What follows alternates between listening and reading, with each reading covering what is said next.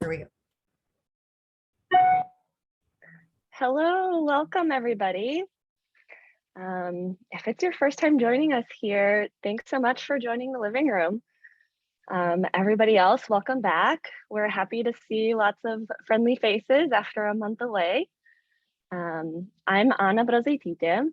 I'm the education director at Christina T. Miller Sustainable Jewelry Consulting, where we provide strategy, guidance, and education on responsible sourcing and sustainability for the jewelry industry. I'm here today with Christina Miller and Cecilia Echeverri, who's our Director of Operations and Outreach. If you'd like to find out more about us and our services, you can check out our website. We'll drop the link in the chat. So this is the living room. It's an informal virtual hangout that supports community and connection on issues related to jewelry and responsible sourcing within the jewelry industry.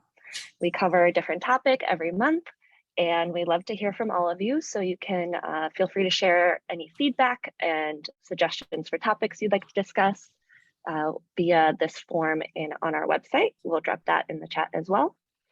Want to say thank you to everyone who was able to contribute with the pay what you want option. We're so happy to be able to provide these sessions for everyone. And we want to thank you for helping us make that possible. So let's take care of just a little bit of housekeeping before we jump into the conversation. We are recording this session, so these videos will be in the public realm. You're welcome to speak up when it's Q&A time, and you can also put your questions in the chat and we can call on you when it is time for Q&A. But when you're not speaking, please do stay muted.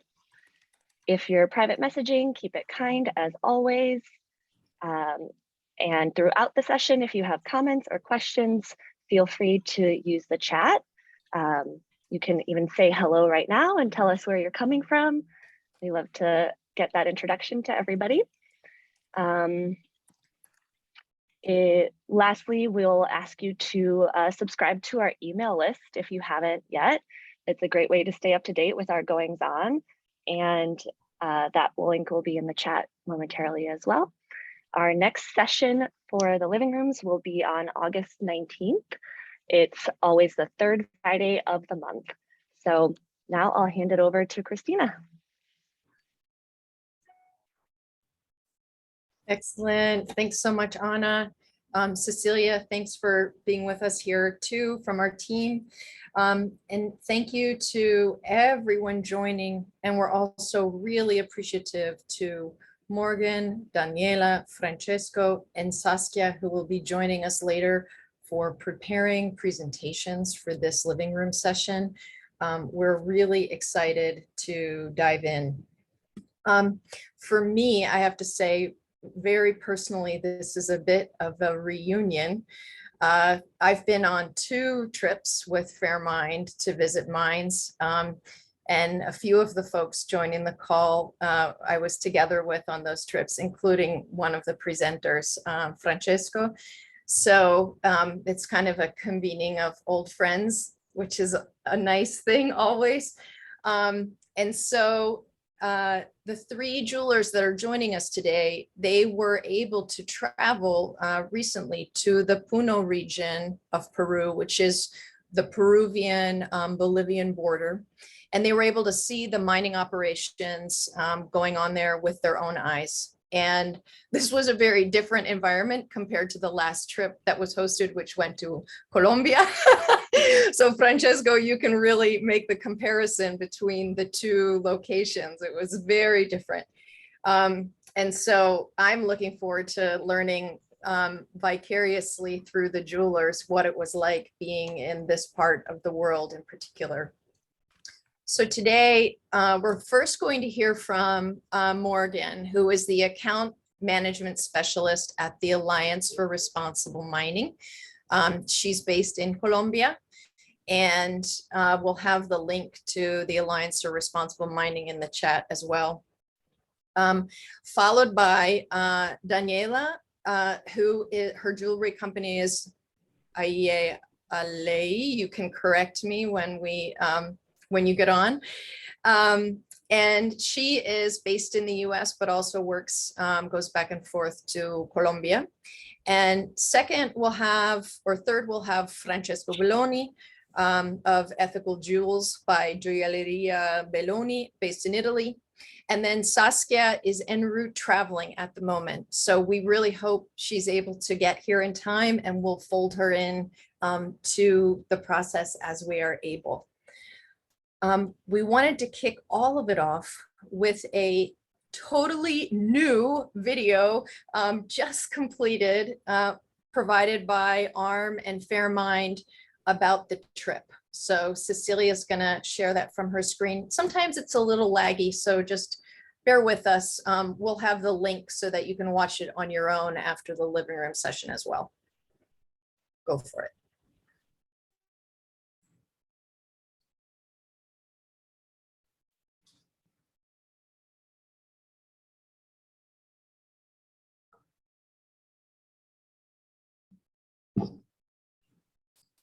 I don't hear any sound. We don't have sound, Cecilia. One sec.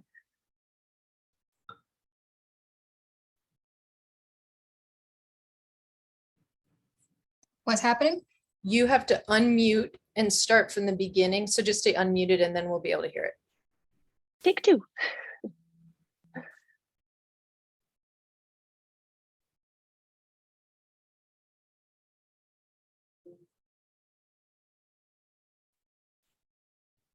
In order to fully understand the power of change, some things need to be seen with your own eyes. Arriving in Lima, a group made up of 13 jewelers, designers, and buyers traveled to Peru's Puno region to see firsthand how Fairmined certified small-scale mining organizations are implementing better practices and making a difference. It seems that, I don't know, everything is more clean. Being here and seeing it is just completely inspiring. We start at Sekomit, one of the first certified mines in the Puno region, now with ecological certification, and also a pioneer in having a gender policy. Part of the Fairmined initiative is the people, primarily the women that are usually not showcased in mining communities, and even less in productive endeavors of such as jewelry. So this is a very, very nice opportunity that we got to see this in firsthand. Al lograr nuestra certificación, nosotros hemos logrado ese paso que anhelábamos, que darle valor agregado a nuestro producto, que era vender a un mercado que sí valore el oro como tal, nosotros lo queremos. El precio justo, nosotros también cumpliendo las reglas justas. Back in the nearest city, Juliaca, the visitors met with Las Divinas and Prelio de Oro, a group of female Sekomit associates who, thanks to the Fairmined Premium, have made one of the organization's dreams come true, to create a jewelry workshop of their own, a representation of the power of women's voices. This was the perfect opportunity to skill share, learn, and bond, a powerful symbol of connection, innovation, and progress. There was a great exchange between jewelers, and they were really interested to hear how they could sell their product better and how to make jewelry. I think this is women empowerment, and that's really what we love to see. Small changes like this continue to make a big difference. Puno is a smaller artisanal mine that has embraced environmentally responsible mining practices. These mining sites are completely free of mercury, recycle water using reservoirs, and use only gravimetric tables and low-energy machines, which are highly effective at optimizing gold extraction. They are cleaning the sites, and they are refilling it with cleaners, and they are replanting green surfaces. Is the best example I ever seen of certified eco gold mine. I don't know, they are like a family, and this is very impressive for me. Cultural and historical traditions handed down for generations show up in Cruzpata, where the travelers experience the coexistence of responsible mining with sustainable ancestral practices. Nosotros, en este momento in situ, estamos presentándonos como también no solamente practicamos en nuestro proyecto Cruzpata Chapquiminas lo que es la minería, también practicamos lo que es la ganadería. Creo que esto ya fue muy ancestral todavía incluso. Y no solamente eso, tenemos un plan piloto, el cual justamente consiste en la crianza de truchas. This is what they would like to return to, and it's very important for them to keep the land regenerated for these sort of purposes. To understand the origins of a source is an experience that brings miners and consumers closer together, an emotional connection to realize that it is not only about fair, sustainable gold, but fundamentally about improving the lives of thousands of miners and their families. Change is possible and is happening, and it will keep growing as more and more branches of the gold industry decide to be part of this transformation. Sustainability and luxury coexist. We've believed that from the moment we started using Fairmined. Is the human connection that Fairmined creates? I was mind blown. The manager of the mine said is that thanks to Fairmined, his dreams came true, and now he can dream even bigger. And I can relate to this.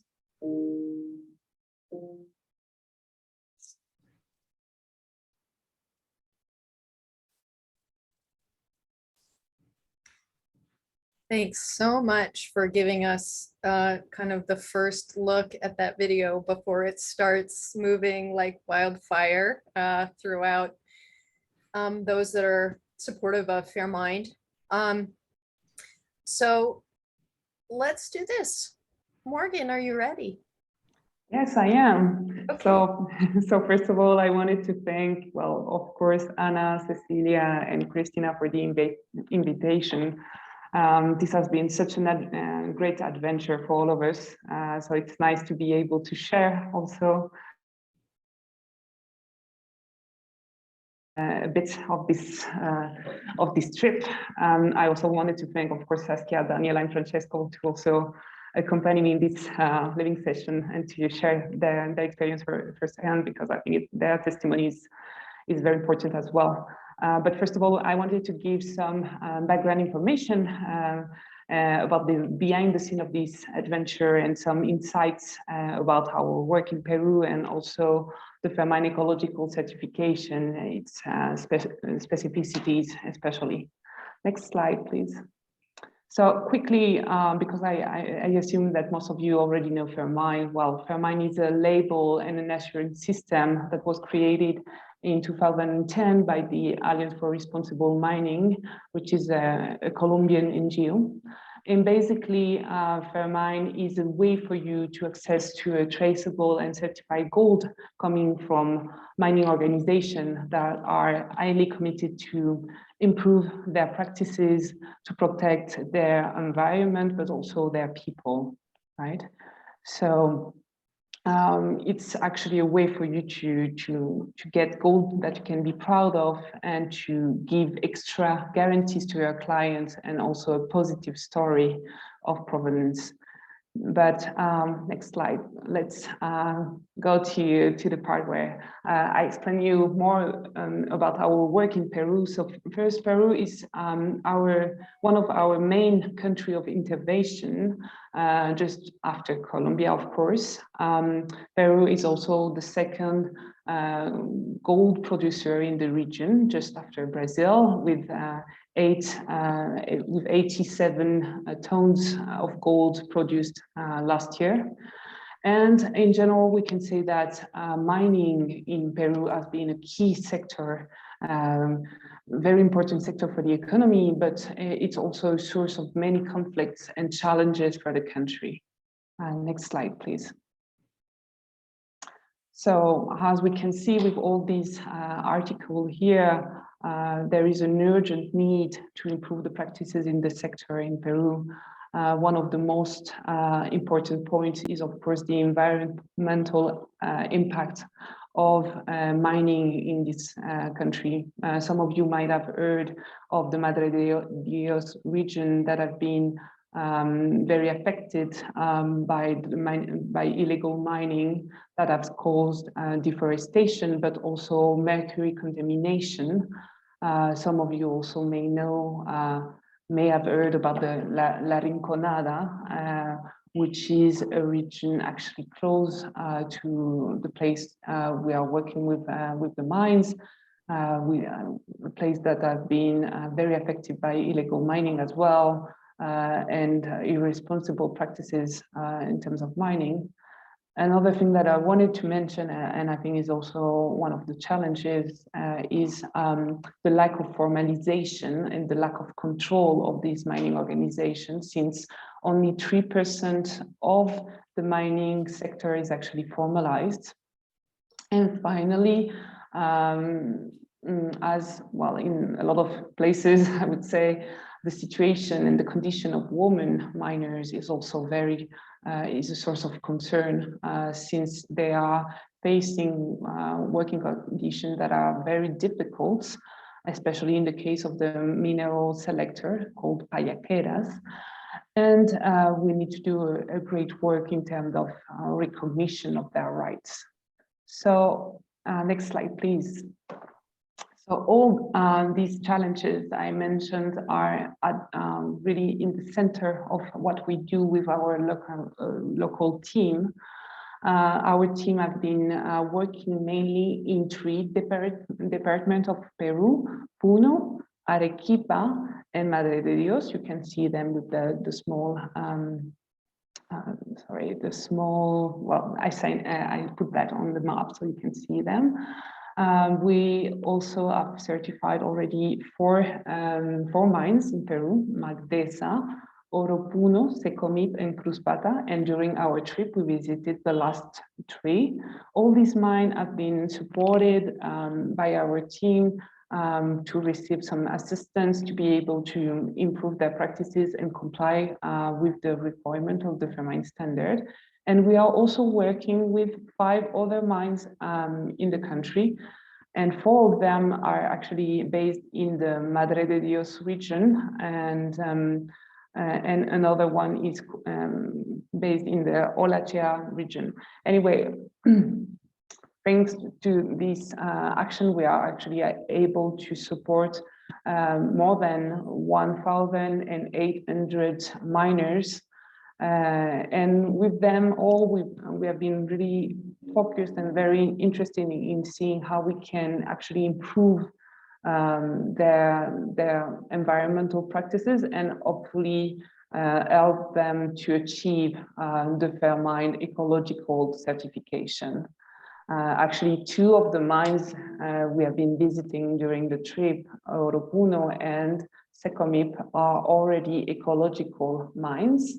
And the 4 mines that we are working with in Madre de Dios are also working to achieve certification, and we are already hopeful that by the end of the year, we should be able to certify them with the ecological certification, which would be a huge milestone for us and a huge pride to be able to have, miners really committed to the environment in a region that have been so deeply affected by illegal mining and irresponsible mining practices.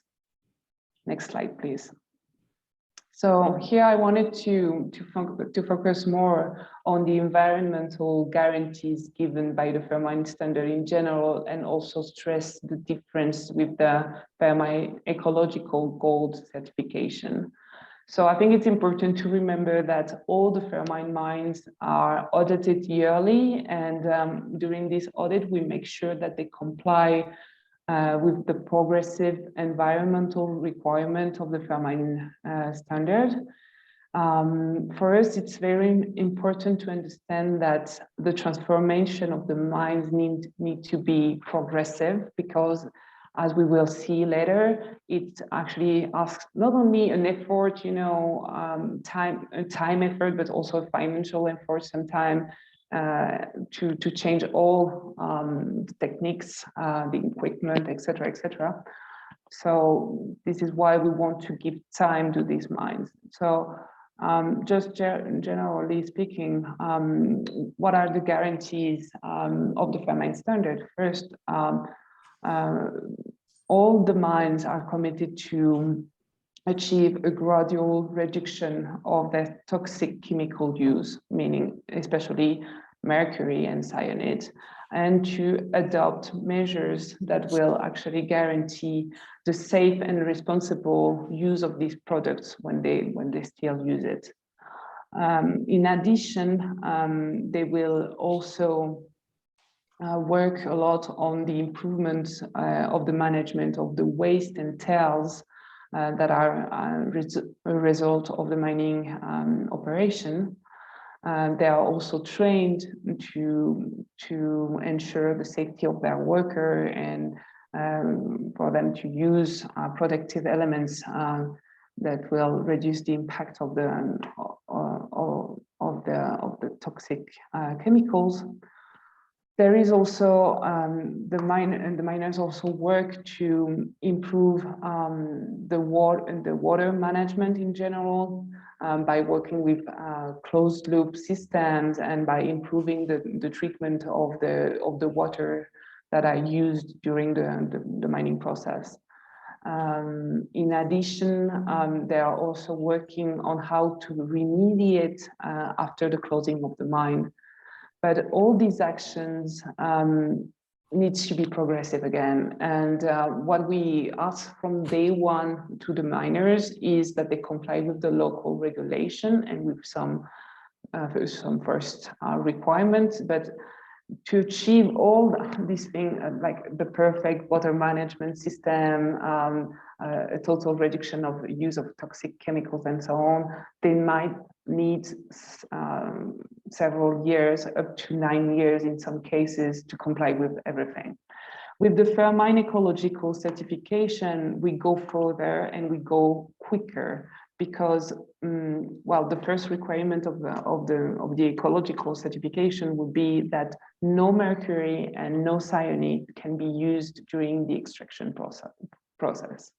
And in addition to that, the mining organization needs also to comply with all the environmental requirements I mentioned before.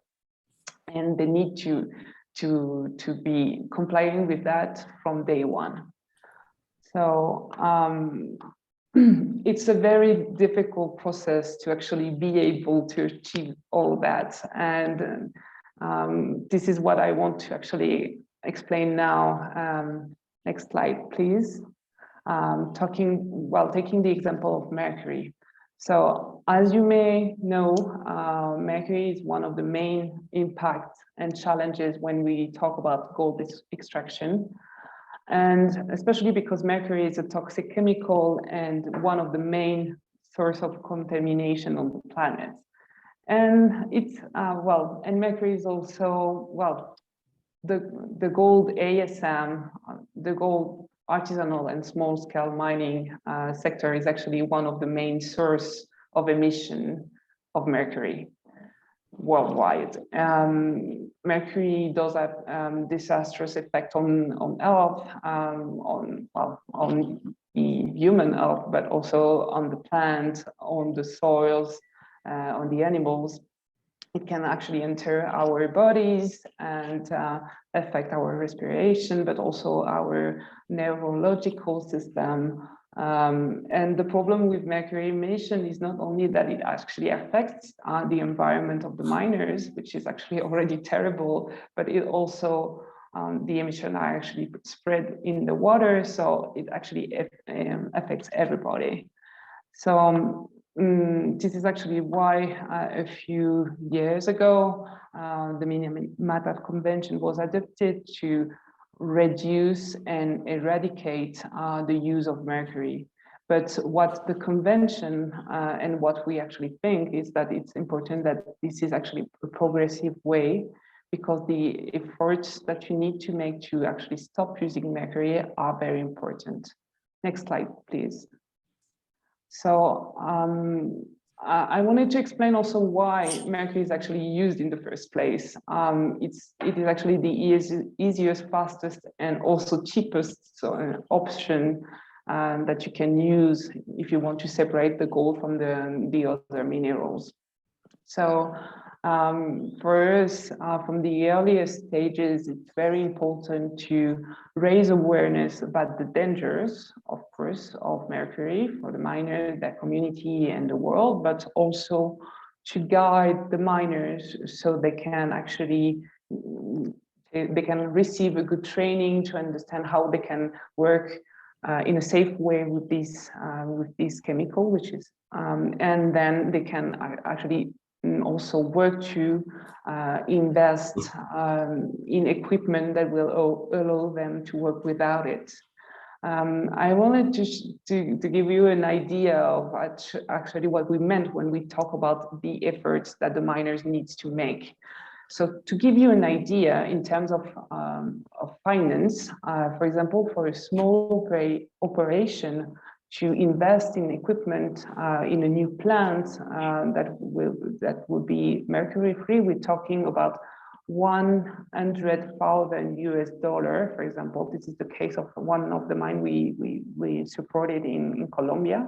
And with bigger operation, we can talk about $2 million or more that you need to invest in the mining operation to actually be able to work without mercury. So we're talking a lot of money here, and we're also talking a lot of time, because for a small operation, we can talk about 1 year or maybe a couple of years when we talk about bigger mining organization. And this time is actually required, of course, to get all the money we need to invest, but also to change the culture, to change the mindset, to change the habits, because all these miners have been hearing for years that this was the best way to actually extract gold. So we need to change that and actually show them that there is another way around, and they also need to make studies to understand the way the soil is, to understand the composition of the soil and understand what is the best way to do this process without using mercury. So this is, first, the eradication of mercury is of course a priority, and actually if you look at the Fairmined mines we are working with right now, all of them except one are mercury free.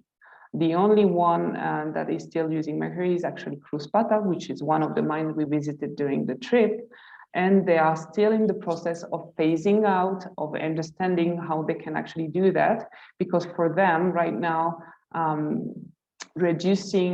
stopping using mercury will also imply a big loss in terms of recuperation rates. So they need to understand how they can do it better. Next slide, please. I also wanted to talk about the cyanide and first explain why also the miners are still using this dangerous chemical. First, we need to understand that the gold is not always free and easy to recuperate. So in some cases, the type of soil we have in the mine requires us to be actually able to free the gold particles that are actually inside the other minerals. And one way of freeing these gold particles is to actually use cyanide and to do like an acid attack of these minerals and to liberate the gold particles. So especially in mines like hard rock mines, like the ones we have in Colombia, for example, being able to be completely cyanide free would be very complicated, if not impossible in some cases.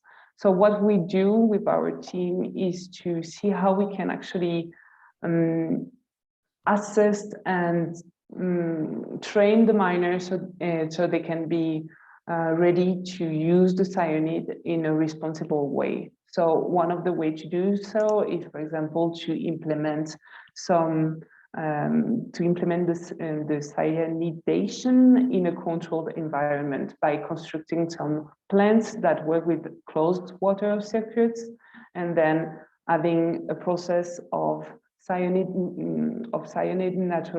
neutralization that will actually allow the water to be then treated and to be clean, right? We also, of course, make sure that the miners are provided with a proper protective equipment that will ensure that they are not affected directly by the use of cyanide. And as I mentioned before, several certified mining organizations still use cyanide, especially, well, 4 out of 7 right now. And in the case of this mining organization is mostly because they cannot, well, due to the kind of deposit they have, they cannot do it, well, they cannot do without it, right? Next slide. So when we're talking about Fairmined ecological mines, we are talking about mines that have been able to actually tackle these challenges, that have been able to eradicate the use of both mercury and cyanide. We are also talking about mines that are committed to take on additional measures to rehabilitate their natural ecosystem through, for example, the reforestation that can actually allow the recuperation of the native ecosystem. Here we have a photo of Oropuno. As you can see, well, the landscape we are in a region that is actually a kind of a desert, you know.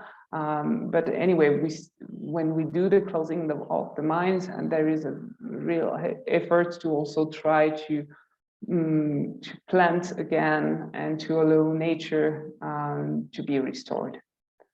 I wanted to mention, well, as I mentioned, the transition to more ecological mining practices have also an impact on the productivity of the mines, and this is why with the Fairmined ecological mine, we actually want to grant the miners an additional premium of $2 on top of the regular Fairmined premium. That actually try to compensate a little bit the loss that they can have in terms of productivity when they switch to more ecological practices. And finally, well, you wonder maybe why why all the mines are not Fairmined ecological, but again, well, it's important to have an approach that is actually gradual and progressive, and that give time to the miners to actually adopt new practices and invest to actually be able to work in a better way.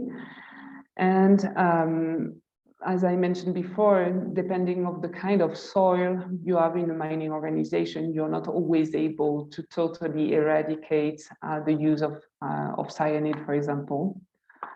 And but anyway, what I wanted to say to you, I think it's important to support the miners in their continuous improvement, and this can be done in a different way, supporting miners that are at the beginning of the path with the Fairmined Gold certification, or miners that maybe are a little bit more advanced and that are already Fairmined ecological certified.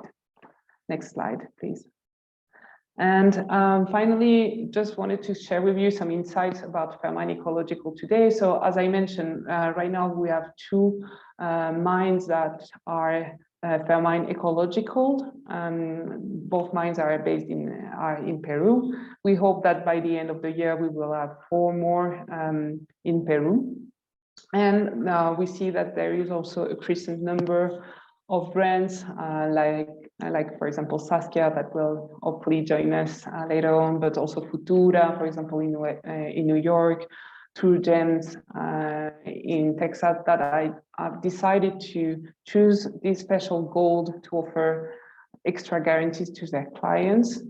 And we have also more and more suppliers that offer Fairmined ecological gold. So just to mention the ones we have now in the US, De Engage and Uber & Strong, in Europe, Forever, in Canada, Malebo, for example, and in the UK, Vipa Designs. So, well, thank you for your attention. If you have any additional question, well, during the Q&A, I will be happy to answer them. Thank you.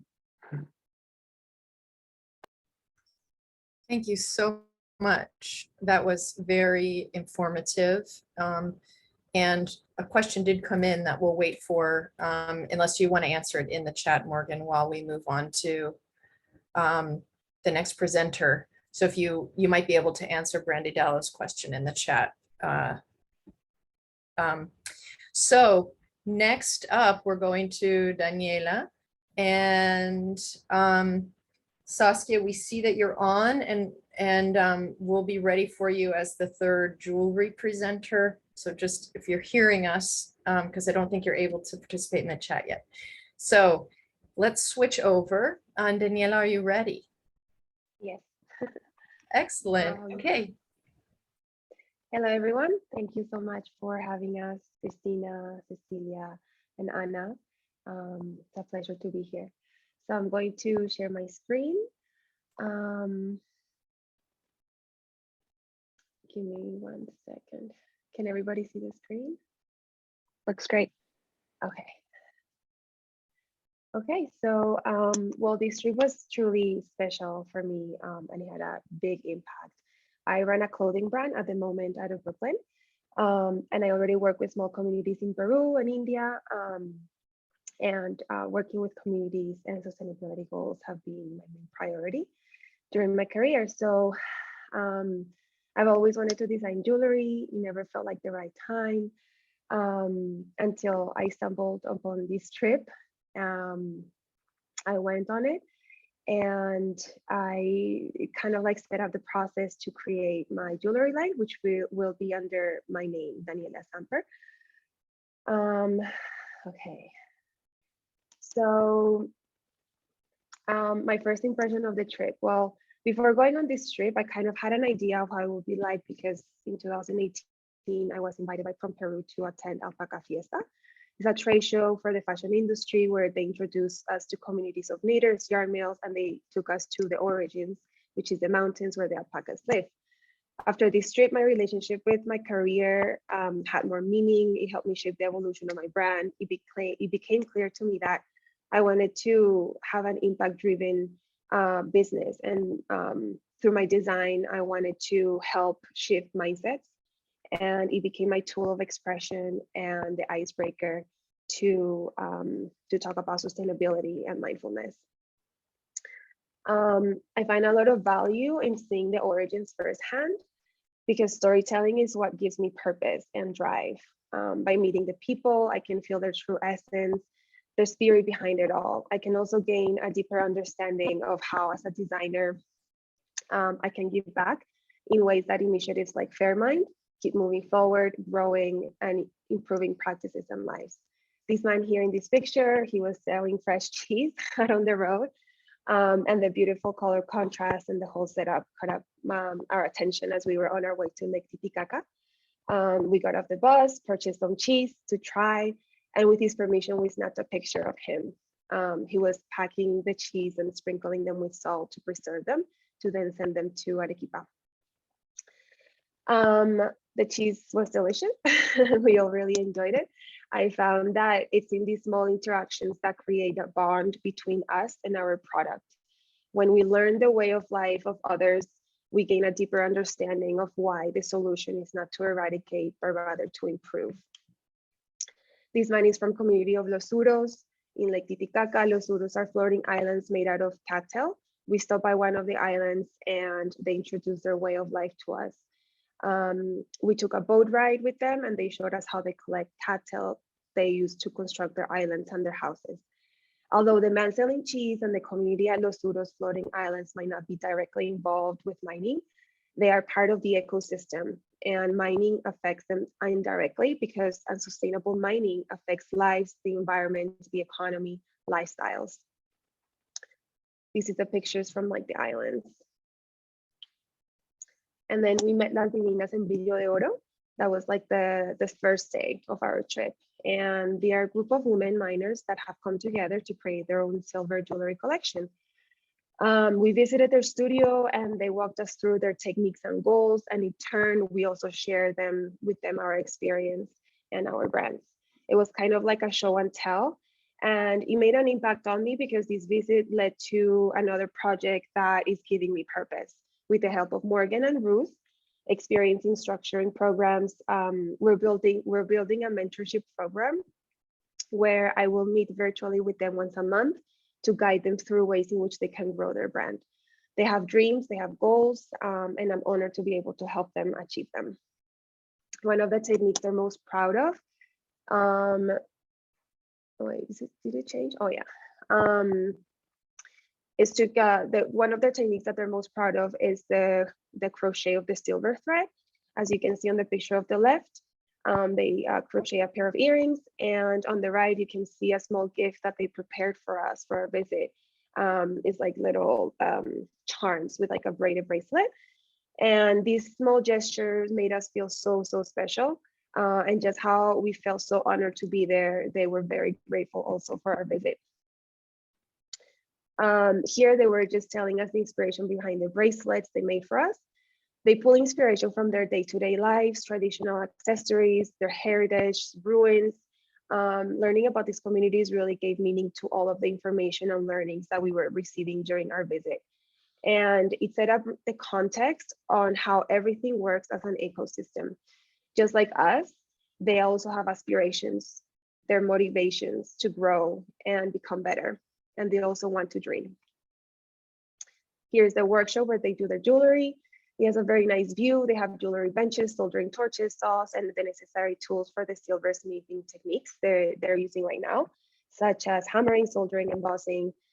It was really quite a nice, serene space. And so the first mine that we visited was Secomi. And all these certified mines, I don't know, I feel like it wasn't organized, but they all touched on different points, which was really nice because we got a really well-rounded experience of the Fairmined certification. The Secomi mine is a alluvial mine. And here is like where the child inside of me activated. I was like in a candy store before this trip. My knowledge in the gold extraction was really scarce, and my perception towards this industry was one that was rough, dirty, and unethical. So this trip was either going to set or break the deal for me. I'm new to the jewelry industry, but having run a sustainable clothing brand for 8 years, I knew that whatever I started next had to start with its origin and had to be impact driven. Something special that the workers at Secomi do is honoring Pachamama, Mother Earth. Pachamama protects human beings and provides them with the main necessities of water, shelter, and food. They offer her wine and coca leaves in exchange of protection at work. This spiritual practice roots the miners and reminds them of the importance of taking care of themselves, but also Mother Earth. Here's a picture of up close of the little figures that were by Pachamama. They all welcomed us with mate, with coca mate coca, to help with altitude sickness.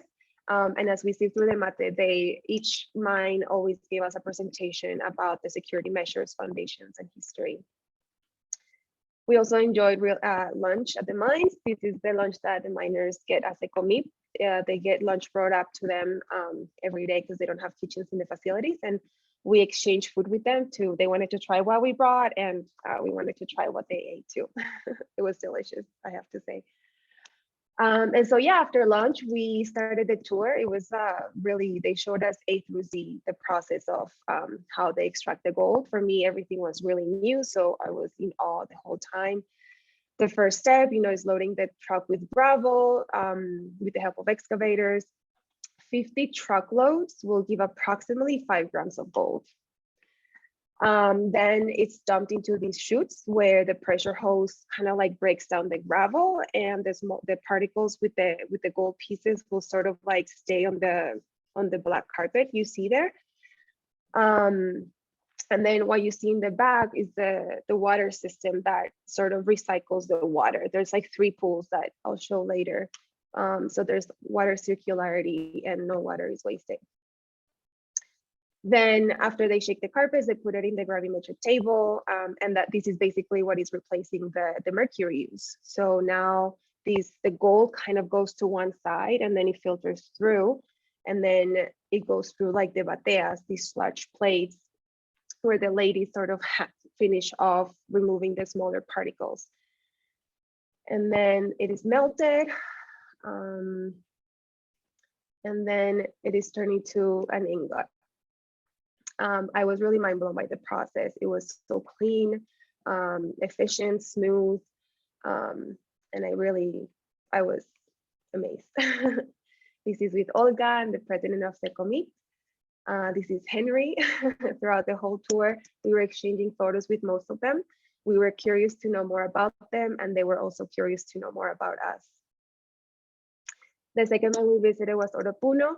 They focused on showing us the environmental initiatives or the impact that the Fairmined premium has been able to do for them. So they've been able to do improvements of the facilities, such as like including showers, improving the dining room, and they even got like soccer uniforms for their after work soccer games. This is their dining room where we exchange foods and we had chats with them, and we had lunch together. Then they walked us through their water filtration system, where basically the only water that gets wasted is when it evaporates. And here you can see the 3 pools at sunset. The first pool is like the first one that falls from like, the first dump, and then it just filters until it becomes clean again to be reused. They showed us again the gravimetric table. And then they showed us how they rehabilitate the land after closing the pits. One of the Fairmined initiatives and trainings involved the closing of mines with fertilized soil, so vegetation can begin to grow again and avoid soil erosion. Here you can see the grass growing again, and if I look closer, there were like little flowers too growing. And this is the team. And then we went to Cruz Pata, which is family owned, very heavy focus on family, cattle raising, trout raising, and they became Fairmined certified, I believe, 2 years ago. And they're in the process of phasing out mercury. This is the smallest of the 3, and it was very heartwarming for me because their spirit to improve their practices and to be more sustainable was very touching. They dream of having a well-equipped and well-structured plan to improve production and be able to phase out mercury. For that, they need to be able to purchase the gravimetric table, which with our support, they will be able to do very soon. In their plans is also to build a playground for their children to be able to share more time with the family.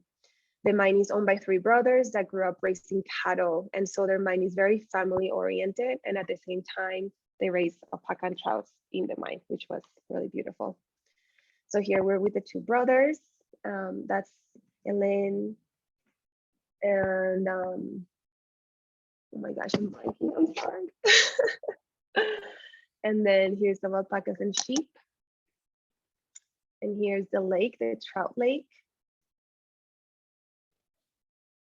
And this is Camila. She works for another mine, but came to Cruz Pata that day to view their presentation and to meet with us because she aspires to one day work at a sustainable mine, and she was just really eager to learn more. And after this trip, I came back inspired and ready to start my collection. But more than that, I came back as an ambassador and advocate to Fairmined because beyond my brand, I want to advocate for communities that sustain on this industry. An industry that has turned unsustainable, but that with the help of Fairmined, they have a chance to turn things around and shift practices to become sustainable and ethical. I was truly mesmerized to see the initiatives being taken and the spirit of each of the mines we visited. They felt proud of the work they've been doing. It's easy to say no to mining, to fall under the illusion that recycled gold is the way to go. But standing from privilege, we must not forget the communities that sustain from this industry and how we need to remain focused in having environmental impact without forgetting about social impact. By supporting Fairmined Gold, we are ensuring that communities are thriving without compromising the environment. And I ended the trip with a new sense of responsibility, a new purpose, very inspired, with a mission and a commitment, and an ambassador to Fairmined. And you can see my work down there. Ajayala is my clothing brand, and Daniela Samper will be my jewelry brand. I'm hoping to launch in September. Currently, I'm in Colombia working on the line, but I am based in New York. Daniela, thank you so much. I have a feeling for folks that are just kind of learning and getting started, your experience is going to be really inspiring too, since you are new to jewelry and this is kind of your very first introduction. Or for a lot of people, it requires a tremendous amount of transition from working one way to working another, and you're starting right in. Thanks for sharing your experience. Of course. Yeah. Thank you. It's a great segue to Francesco, who has done that transition that I was just describing. So Francesco, are you ready? Sei pronto? Yes, I am ready. I hope that I can share my files. No. I can share my screen. Yes, you have permission. No, I can. Do you see, are you looking for where you choose to do that? I don't know. I have my desktop, but I can see the desktop now. I see just Dropbox, Microsoft, Google Drive, Box, but not my desktop. Maybe, Anna, you're also pretty tech savvy. Is it because your screen is filled, or you need to reduce it to be able to show the slides? No, today I tried with another Zoom link and it was working very well. Okay. I don't know why. Maybe you can start. Yeah, let's go. Screen for you. Okay. Let's go to Saskia and Francesco. I'll message you. Okay. Thanks. Saskia, are you ready? Well, Yes. So am I sharing my screen, or I'm not quite sure how it, because I obviously missed the first. I'll share for you if you want, Saskia. Yeah, sure. Just tell me next slide if you will. All right.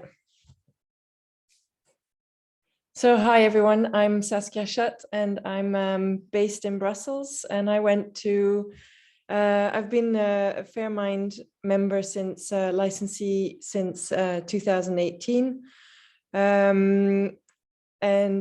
So yes, I've known about these trips for quite a while and have been saving up to go on this one, and grab the opportunity when I heard that there were still a few spaces left on the 2022 trip.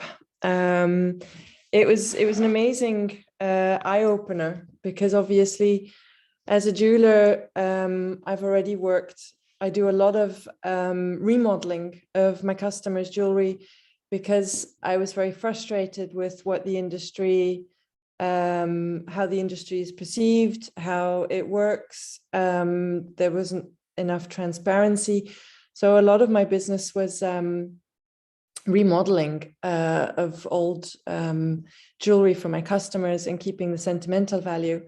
But there is more to it, and I was still frustrated, and I came across fair trade first, but due to issues on the Belgian law side, I changed to Fairmined, and it was all very amazing to see how they operate and how they work. I go to the Fairmined Connect meetings just before Inogenta in Munich. So I met Connie. I had the pleasure of meeting Connie and other members of the Fairmined community in Europe. And so going on this trip for me was actually to be able to realize what it said on a screen or in a book or on a piece of paper or in an email, because you're still talking the talk, but once you actually go and see and experience and meet the people who actually mine your gold, it's a whole different story. It's just awe-inspiring, really. And so I was very inspired by the Divinas, who are a group of women miners and daughters of miners. And during COVID, they set up a jewelry business to create a second income, to not just be dependable on the mines, which is obviously during COVID came to a complete standstill. So generating new work and other sources were very important for them. And I'm quite inspired because the miners actually work 12 days on site, on the mining sites, and then they have 12 days at home, which is when these ladies go into the workshop and create their jewelry. You saw some of the photographs of their workshop that Daniela showed. And I don't know, the slide was probably up quite short, but having to be able to see it close up, the tools that they work with is so limited and so basic. A lot of it was quite rusty. So to be able to come up with and create beautiful jewelry the way they did with the crocheting and other pieces that we saw was just inspirational, really. So I'm creating a collection. I also teach jewelry.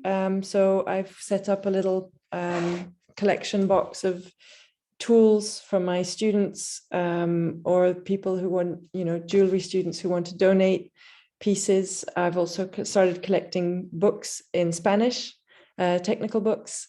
So I'm hoping to be able to send them to the Divinas in the fall, once the box is a bit more fuller than what it is now.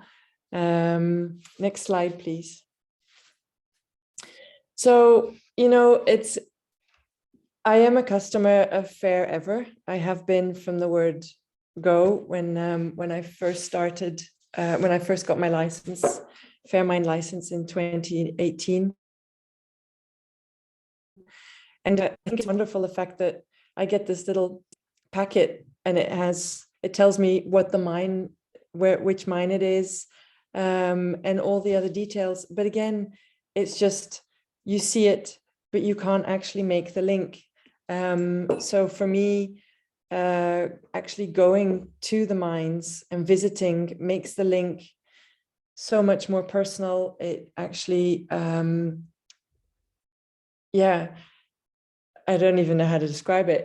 It just makes it so much more real. It's not just a piece of paper where it's written on. It's tangible because I've been there. I've seen it, and I can tell it to my customers. I can relay the story to my customers. Next slide, please. So this was arriving in Oropuno. I've picked Oropuno to talk about specifically because Oropuno is the mine where the gold that I use for my customers come from. So it has a little bit of a special place in my heart because obviously the gold comes from there for my jewelry. So the first thing you get when you walk into Oropuno, where we have the security and health and safety talk, is this poster. And I thought it was wonderful to see, because you don't think about mining that they can be circular and in the process, in the way they work, in their practices. And it was very important to realize and to be able to communicate this, because so far, most of my customers and most of the stories that I've told my customers when I explain about Fairmined is that they don't use toxic chemicals, that the gold that comes from Oropuno is ecological because of the non-toxic use. I also have the little chart on my display table where it says about how much gold, how much money, how much dollars they get per kilo of gold that they produce. Also about the gender equality, so the customers can see that. But this was just an inspiring picture. I thought this is going to be interesting. This is what I'm here to see, to really broaden my mind and to really get a real feel and of what goes on at the mining base. Next slide, please. So this is another aspect or another side of the photograph that you saw similar to Daniela's, Basically, behind me are the 3 ponds. You see 2, the third one's just off the picture. And behind me, behind the first pond, is actually where it starts. So they've dug out, these big trucks come up and they've dug out all the earth, and they come up into these chutes and they pour they empty out the trucks. There's tons of earth, they empty it out into these wooden shafts, which are sprayed with water cannons from 8 in the morning till 5 in the afternoon, and they're continuous. They don't stop, they don't get switched off until 5 in the evening. And these chutes actually are the first stage of separation, where the mud gets separated from the sediment, which then contains the gold. The water drains into the first pond, and then it cascades from one pond into the next. So it's filtered and cleaned and then reused in the cannons. So the water is completely recycled. Next slide, please. This was a real treat. I agree completely with Daniela. It was amazing to be able to sit and share our food with the miners, and the miners sharing the food with us. This was at Oropuno. I think the slide that Daniela showed was Secomip. But we did the same at Oropuno, and we got a chance to talk to the miners as well. Unfortunately for me, I have no Spanish, but with lots of hand gestures and smiles on the faces, we were able to at least share a few jokes during the meal. And yes, it was an amazing moment to be able to share and see together with the miners how their day works, really. Next slide, please. So this is the end of the morning. We were there until about 1 or 2 in the afternoon. So we said goodbye to the miners, and a very inspiring day, and off to Cruz Pata in the afternoon. So yes, this is definitely a moment that will stay with me for a very, very long time. We were also surprised by gifts. The miners had each given us a scarf made from alpaca wool, which I will treasure forever. And also, you saw the little, I don't know if you can see if I'm holding it up to the camera correctly. Let me take my bracelet away, but I'm still wearing the bracelet that the Divinas gave us. I haven't taken it off since the trip. So it's become my little lucky charm. So yeah, so it's been an absolutely inspiring trip. I definitely recommend people go and see it for themselves.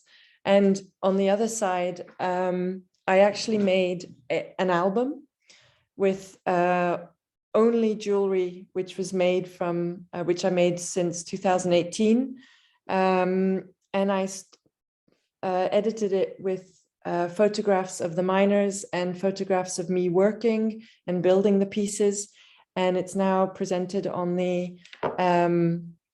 my desk. So when people come and see, they look through it, and because of that, and thank you to that story that I've been able to tell from my visit, I think all my commissions since I've been back are either remodels now or Fairmined ecological gold only, because the customers are so impressed and really enthusiastic. And so yeah, it is telling a story. It is very important, as Daniela says. So thank you. Saskia, what a wonderful presentation. I always get emotional.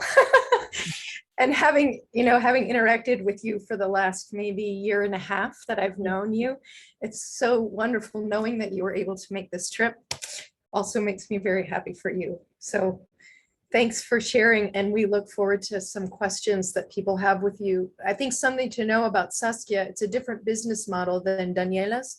And Saskia is very personal commission work with her clients.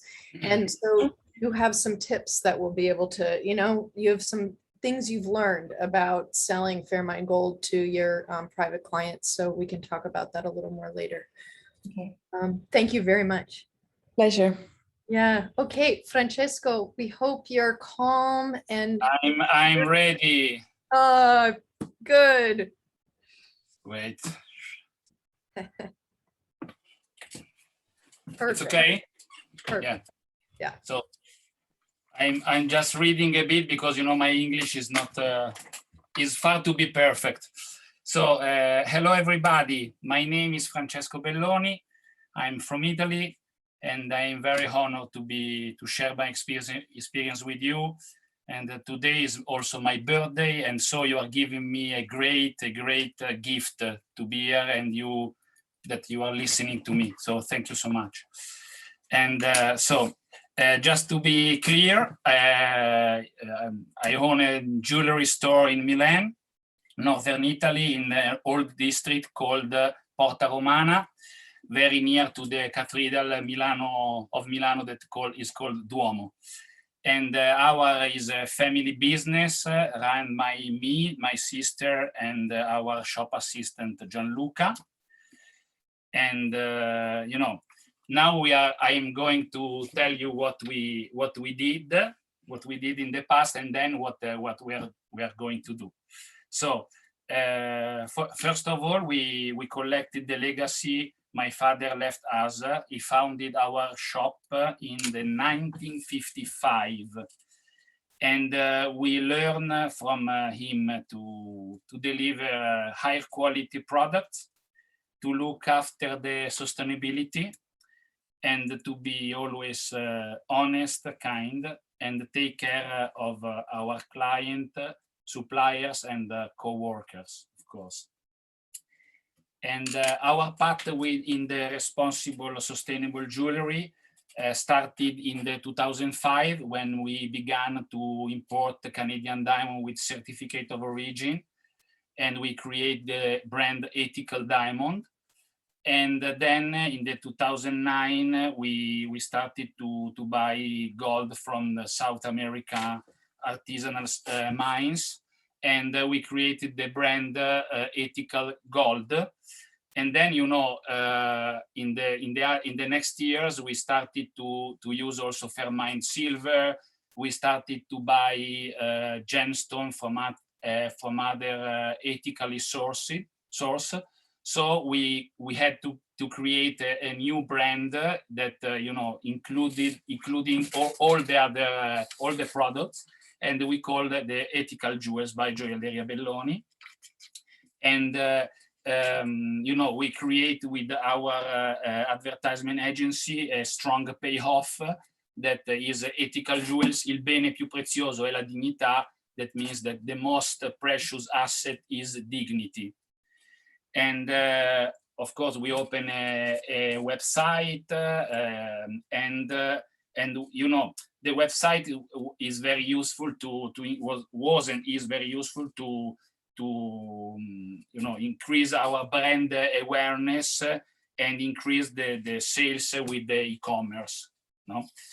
And then we developed our activities with the media, PR, partnership with academies, universities, and the charities project.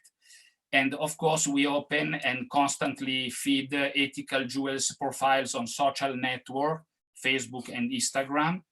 And of course, you have to all follow us after this meeting.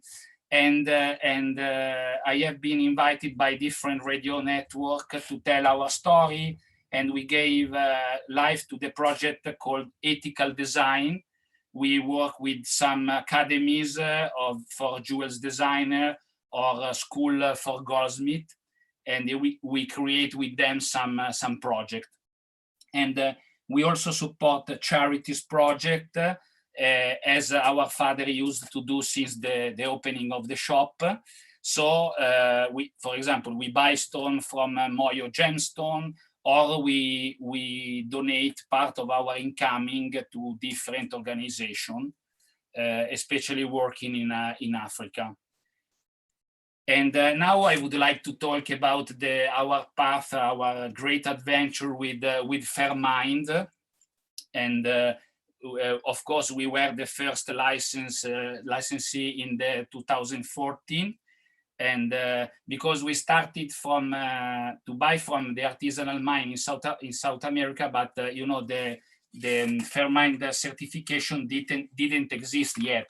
So we grew up together. Okay, so when we decided since we decided to work with Fairmined gold and silver, we decided to use only this kind of metal.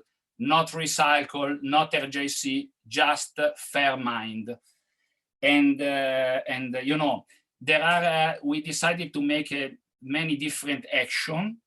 And the first, of course, the first action was to decide to use just Fairmined. The second was to improve our knowledge of the mine and the miners community. So we decided to travel the first time in 2018, where I met also Christina and many of you. And so the first travel was in Colombia, and here you can see the photo with Roberto Alvarez. That is I think one of my favorite miners. And with you know, this is the plant of the Roberto's mine, and I am in the tunnel visiting one of the mine in Colombia. As Christina said, the field between Colombia and Peru is very different. Here are more mines in the tunnel, and in Peru are more, as you see by Daniela and Saskia presentation, are more open. No? And here is a very, very impressive meeting for me, very touching meeting, because I met Ignacio first time in 2015 during a Fairmined conference meeting in Paris. And for him was the first time he moved out from Colombia, maybe from his village. And he got to Paris and we met there. And after 3 years, we met in Iquira mine in Colombia. So we were very happy. Was the second meeting for us. Here is some miners, maybe, I think this is a Chede mine, maybe. And what is very important to travel, here is our beautiful group in Peru. And what is important to make this travel is that above all, you know, the experience is to meet firsthand with to touch the reality of the mines and understand how many advantages the Fairmined certification bring to them, to the miners and to their communities. And the advantage that if you, for example, use recycled gold, they are not able to receive, okay? So for example, if you buy recycled gold, if you use they will not be able to stop using mercury, for example. So it's just, you know, just an idea. So, and the another action that we took, these are beautiful photos, but you already seen with Daniela and Saskia.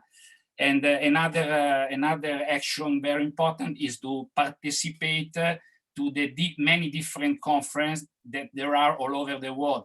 For example, in the 2018, I was very happy to join the Chicago Responsible Jewelry Conference. And every year I attend the conference in Europe, for example, in Paris the first year, in Vienna, in Munich 2 times. And these happenings are very important because you can share your experience with the other licensee, and the other licensee can share experience with you. And you know all the novelties about Fairmined, for example, that are very important also for your business and also for your communication. And I'm sure that every time I participate in this trip on the events, I have received new ideas and suggestions for my business, okay? And as a third action, for us is very important to spread the word. So let people know what does ethically jewelry means as much as possible, but not only with customer, but also with our field operator. And so also for this, we decided to, and also to develop our business, we decided to open the first Italian supplier. That is, the name is Altro Carato. And this is our website, or always the same payoff. And as you see, we sell to jewelry designer, artist shop in Italy, but also in several other countries. We exported also in Australia, in Taiwan, and others, because we are not afraid for custom producers. So if you need gold, you just have to ask the price, okay? And I want to tell you something very important. I'm near to finish, Christine. And I want to tell you some other things very important, which are the benefits for our business, okay? And so our clients are very demanding. The Fairmined certification allows us to be reliable and to obtain their trust. They become loyal customers. Our small shop would have been probably closed by now, especially after Lehman Brothers crisis in 2008. Thanks to Fairmined, we could exist and grew up. And these are real number. So in the 2004, 50 couple of wedding bands. In the 2021, 200, no? 70 jewels with diamond in 2004, 300 in 2021, okay? And of course, we enlarge our customer base. We earn national and international visibility. We also increase our e-commerce sales. This is a part of a speech by Roberto Alvarez took in his mind during our visit, and is long. I don't know, Christine, do you want to read, because you can read better than me, and if you are not be crying, then I was gonna say, if I cry, I will cry. I'm Okay, convinced that a revolutionary mine can be created, a mine that changes the idea of the extraction of gold as something that damages and contaminates. We miners have a great ideological and environmental responsibility. Fairmined has allowed us to express it in our work. My dream is to build a mine that contributes to the well-being of the community, where there is an equitable sharing of benefits, because the extracting gold is not for enrichment. Extracting gold is an honest job. Thank you. So I translate this sentence in Italian, and I give to all my clients with the certificate of the jewels made in Fairmined gold and silver, because I think that this sentence is all what we think, no, and the reason why we are here today, for example. So thank you so much for your attention, and I hope that I have been able to instill curiosity and enthusiasm about our job and this project. And if you have any question, you can write me or call me. I'm feel free to contact me. So thank you so much. Thank you, everybody, so much for your presentations. We do have a few minutes for a Q&A. So if anybody has a question that has just come up, feel free to use your little raise hand reaction or drop it in the chat right now. We did have one question in the chat from Lori that Saskia had replied to in the chat as well, but I'm wondering if Morgan could also speak to it. Lori had said, I'm wondering if there is tension between the Fairmined mines and the non-formalized mines. So kind of what that relationship is with the different types of mines in the areas. Well, I don't think I would talk about tensions. I think it's more a situation of, these mines become models, regional models, inspirational models. So we have seen, especially, for example, in the case of Cruspata, they were telling me that, for example, now they receive the visit of other miners of the region that are very curious about understanding the process and seeing how they can actually be part of this kind of process. In Colombia, we also have the same dynamic with the miners that comes, but also government that come to visit the mines, because there are actually unique examples. So I think it's very interesting to see that we have been also working from the Alliance for Responsible Mining to also support these kind of exchanges. For example, 2 years ago, I've been traveling with some miners from different regions of Colombia that came to Huila to visit Iquira, which is actually the oldest Fairmined certified mines. So I think the certification and all this process, well, the certified mine become also ambassadors of this process. And yeah, I think I hope that this answered the question. Sorry. Yes. Yeah, that is, that's wonderful to hear, that there's, there is that great example for others to aspire to and look up to. We had a little bit of another discussion in the chat while the presentations were happening about the water usage, and I'm curious if we could just expand on that a little bit. Christina had actually posed the question of where the water is coming from for all of these mines, and Saskia, you're so on top of the replies. We appreciate it so much. You had said that there are large lakes of rainwater reserves. So if we could expand a little on that, I'm curious, like how big are these reserves? How long is this water as a resource for these mines available? Is it, is there any longevity issues, or are they really just doing that cleaning and recycling process so well that it's not a concern?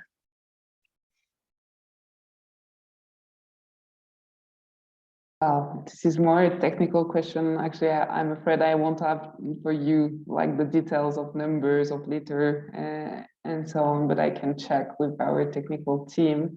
But we are talking about alluvial mining, right? So in this case, they always have this kind of pool, I would say, to actually recuperate the rainwaters and also using it in a closed cycle, right?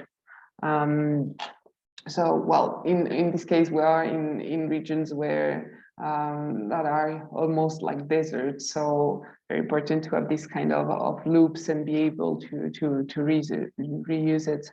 But I would be happy to ask for more questions to our technical team to give you more insights about that, because I'm afraid I'm not an engineer in this. Yeah, that is a pretty technical question. And yeah, we can definitely share that out with when we send our takeaways from the session. So thank you.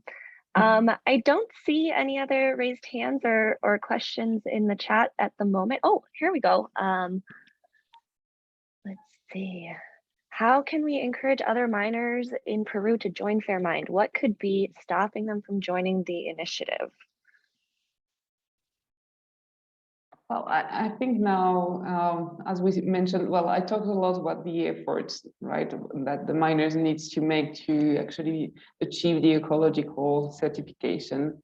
But I forget to mention that the efforts start way early. I mean, to become a Fairmined certified mine already requires tons of time, money, and commitment to achieve the first requirement of the certification. And you need to also pay for your third-party audits, which is also a great investment, right? So I think that for a lot of miners, when you see all you need to do to be able to become certified, one of the legitimate questions you have is it worth it? And is it worth it? Well, of course, there is the question of how this certification is going to impact positively the way your workers are working and so on. But one of the main questions, and it's the main question when you have a business, is am I going to benefit from this certification, right? And in this sense, the demand of Fairmined certified gold is a key question, and this is why it is crucial also that the jewelry industry and the gold industry in general start to really care and acknowledge that actually it's important to invest in those miners, that they need support to be able to change, and that this is not something that they should be the only one to be responsible of. So right now, well, the pandemic has been tough, but what we see after the pandemic is that there is a strong trend, very into greener practices, let's change the world, blah, blah, blah. But what we are really looking for now is to see if the jewelry industry is going to really make the change, not only saying that they want to do better, but start looking at the whole supply chain and making a change and really committing and making a change actually ask you to also invest in that. And some brands, well, I mentioned Futura, of course, Francesco, Saskia, and so many other brands are decided to take action and to make a real change by actually looking at something so basic like their gold sourcing and decide to actually make a change and decide that they need to also partner with the actors that are at the beginning of the supply chain. Yeah. So I think this is the main way to encourage more miners to also join, because if they see that the current mines are actually able to sell all their production as certified, this is a very strong incentive and a strong message to send to other miners as well. Definitely. Yeah, we definitely agree with that, and we appreciate so many of you who are here who are a part of that journey as well. We're just about at time, so Christina, I know you had a couple just quick wrap-up points. Did. Thanks, everybody. So just a reminder, it takes us a little while, but we get some takeaways drafted about this particular session. We get the video looking nice. We post it all to the website. My sense is that this particular recording will be useful for jewelers who are curious to know what the trip was like, but also to understand how they can incorporate this into their business. So it was great to have Daniela starting fresh out, right? Eyes wide open, having this experience. And then Saskia has been a jeweler for a while, works particularly in commissions. And so being able to see how she is able to engage with and use Fairmined from that angle. And then Francesco is a family-owned jewelry business in Milan, and he has figured out that it has been a way to survive in a time when customers are looking for traceability, they're looking for impact and so on, and he's been able to transform. So we have some really good tips in this session for folks at any level in their jewelry business when it comes to Fairmined. And that's really what we wanted to convey. Before we close out, I did want to say that next week, for folks that are in the New York City or greater New York City area, is Initiative in Art and Culture's annual Gold Conference. It starts the evening of the 18th and then is all day the 19th and 20th. We dropped the Eventbrite in a couple times in the chat. And after, it won't be live streamed, but afterwards it will also, I think, be accessible. But we would love everyone to be there in person who is able, because it makes for a better discussion. So thank you very much. And it's wonderful. Everyone keep doing this great work and communicating out about it. And we look forward to seeing you again next month on August 19th. Thank you all.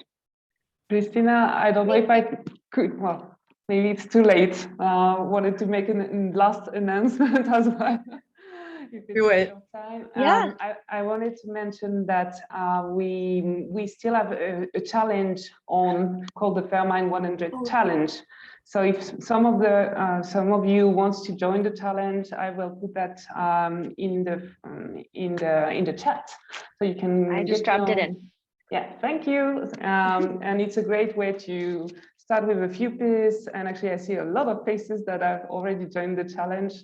So you have still a few weeks to participate and yeah, start working with Fairmined and have a different, also have the opportunity to showcase your work to really great jewelry experts. So have a good one. And I hope to see your creation as well. Thank you, everyone. This has been amazing. Bye. Thank you. Bye-bye. Bye. Bye-bye.